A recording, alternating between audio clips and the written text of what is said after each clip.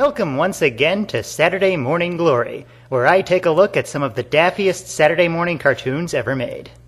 You know, the DC Universe has given us some really great shows over the years. The majority come from Bruce Timm's DCAU, but even outside that label there's the likes of The Brave and the Bold, Teen Titans, and especially Young Justice, helmed by the great Greg Weisman. You might have noticed that all these shows fall within a fairly recent time frame.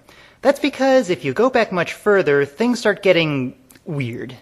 The DC cartoons made back then were strongly faithful to the era known to comic nerds everywhere as the Silver Age. A time when, to put it bluntly, the entire comics industry simply did not give a shit. At the time, comic books were seen as disposable kiddie fare and not worthy of any effort. This gave us such gems as Batman becoming Bat-Baby and Lois Lane hanging out with Pat Boone. Man, anyone willing to read stories like these must be out of their minds. One of the most infamous products of the era was the Super Friends, and it's easy to see why. Just look at that title. It sounds like something on the same level as the Get Along Gang or My Little Pony Friendship is Magic, not a show about iconic heroes and villains battling it out each week. There were about 15 different shows over the years called Super Friends, but today I'll be focusing on one called World's Greatest Super Friends. Yes, these are the world's greatest Super Friends, not to be confused with World's Generally Competent Super Friends or World's Super Friends who kind of half-ass it. By this point they had gotten rid of Marvin and Wendy and their Scooby-Doo wannabe dog. Unfortunately, they replaced them with the Wonder Twins Zan and Jaina, who are only slightly less annoying. They also had a pet blue monkey named Gleek. I don't know his backstory, and any attempts to educate me will be ignored. I'll just assume he's really into Glee. The show is notable for the producers having learned their lesson from the overstuffed challenge of the Super Friends and paring the cast down to just the big names, thus disappointing all three fans of the Apache Chief. Unfortunately, these changes didn't help much, and World's Greatest Super Friends became even more unwatchably bizarre. One of the best examples is the episode I'll be looking at today, The Lord of Middle-earth. Wait, Middle-earth? Is that... it can't be. It must be some other Middle-earth. We start off with the Wonder Twins going camping. And don't ask me who goes camping in their superhero costumes. You know, while they were streamlining the cast, what exactly made them think these two were worth keeping around? Oh, right, not giving a shit. Moving on.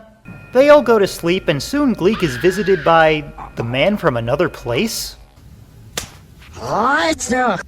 Also, what was up with that eager smile?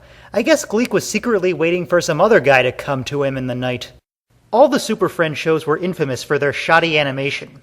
Don't believe me? Well, just check this out. Gleek, I told you to be careful if you slept over the tent. Now that is one hell of a delayed reaction. I'm guessing that guy already had his way with Jaina and she just now noticed. And with that, the Wonder Twins suddenly realize they're in the middle of a dwarf stampede. I guess the twins' superpowers don't include peripheral vision. Since they're both dumb as rocks, they go against the flow of the screaming horde and enter a cave. They head inside, and as luck would have it, the Wonder Twins soon find themselves in hell. And Gleek immediately leaves them to die. So, rather unexpectedly, he's just become my favorite character. But enough of that, it's time to catch up with the real heroes. There. The process has started, Superman. This plutonium bombardment I've developed should make my cape impenetrable to any radiation or energy force. Wait a minute, that's your Batman voice? Come on, put some gravel into it. This plutonium bombardment I've developed should make my cape impenetrable to any radiation or energy force. See? It's not that hard. Well, now that Batman, Grim Avenger of the Night, is all sparkly and stuff, Gleek shows up and tries to convey what just happened. Here, Gleek, you're supposed to be with Zan and Jaina.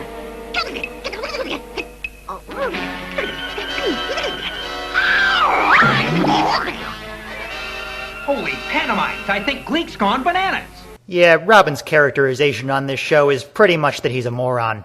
And he's not the only one. Gleek seems to be indicating that this is the place. Yeah, I know this show was written for 5-year-olds, but I'm pretty sure they don't need this much help to keep up with your oh-so-complicated story. Finally, they get to the end of the tunnel, and are you ready for this? I swear you're not. Great Scott! It's the Kingdom of Middle-earth! Nope, that's not a joke. We are now being asked to believe that the Super Friends have stumbled into the world of Middle-earth created by J.R.R. Tolkien.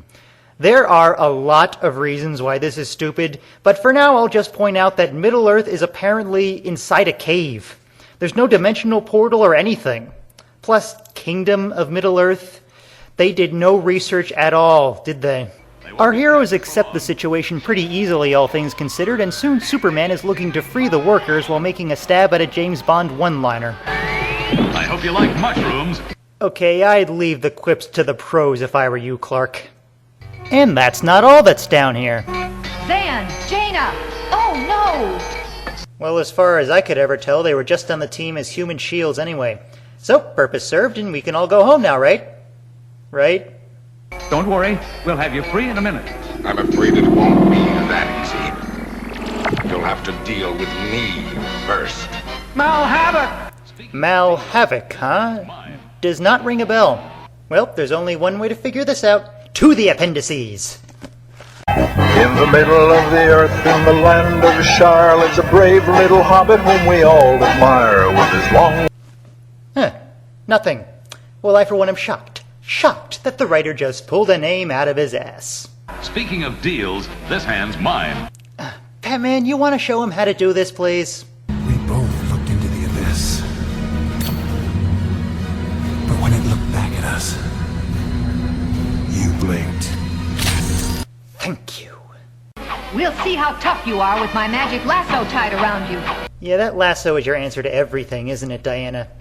I guess that's what happens when you're created purely for kinky S&M covers. Dirty babe, you see these shackles, baby, I'm your slave. I'll let you whip me if I misbehave. You're welcome. Random stuff goes on for a while because even with only 20 minutes to fill, this story is padded all to hell. Finally, Mal Havoc puts a stop to things and turns them all into hobbits, trolls. And Gleek seems oddly happy about this. Way to go, animators! Now, maybe I just haven't been reading the right stuff, but I have never heard of a single fantasy story where the word troll means this. And if you're talking about Middle-earth in particular, this is a troll. See the difference?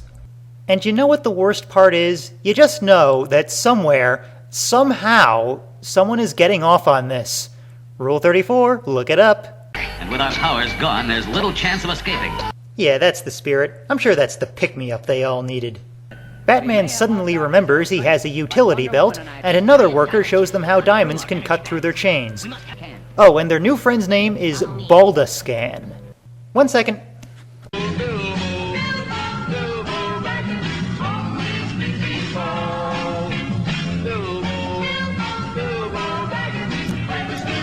Unbelievable. Nothing. What the hell is the point of setting this story in Middle-earth if they're not going to use anything from it? For some reason, only Batman and Wonder Woman cut themselves free, and I thought Superman was supposed to be the dick. They try to move a rock that's blocking the exit, but it's a painted background, so obviously that's not happening. And when Mal Havoc finds them... Wait, my fusion cape! Who could have possibly seen this coming? It was all set up so subtly, and luckily for the dumb kids watching this, that blast of energy traveled slow enough for Batman to actually explain in detail how he would deflect it. So everyone escapes, but Mal Havoc is nice enough to exposit that they've only entered... The Cave of the Three Deadly Tasks. The Cave of Three Deadly Tasks? Color me not too intimidated.